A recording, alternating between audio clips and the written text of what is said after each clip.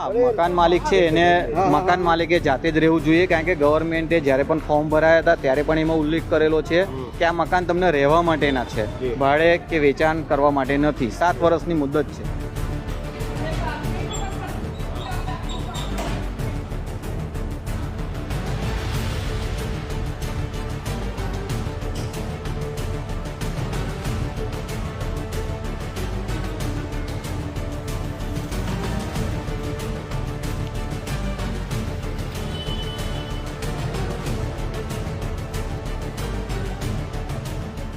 આ ઉડારાનો માનસિંગ તરફ અમે કામ પરથી આ 400-500 રૂપિયા ખર્ચીને આવું છું, રહું છું, મેં આખી રાત દિવસ રહું છું.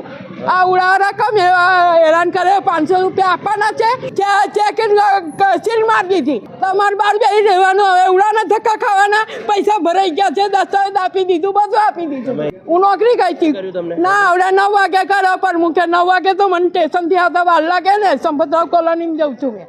આ બિલ TP1 એપી 38 છે, બિલ અર્બન રેસિડેન્સી 01, બિલ બાંકોની પાછળ આવે છે.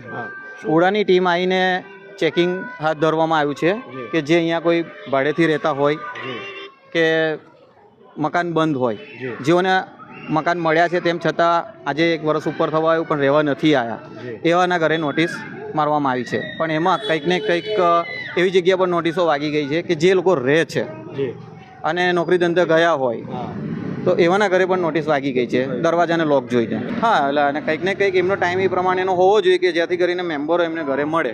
હા, મકાન માલિક છે એને મકાન માલિકે જાતે જ રહેવું જોઈએ, કારણ કે ગવર્મેન્ટે જ્યારે પણ ફોર્મ ભરાયા હતા ત્યારે પણ એમાં ઉલ્લેખ કરેલો છે કે આ મકાન તમને રહેવા માટેના છે, ભાડે કે વેચાણ કરવા માટે નથી. 7 વર્ષની મુદત છે. 7 વર્ષ સુધી તમે ભાડે ના આપી શકો કે ના વેચી શકો. બરાબર.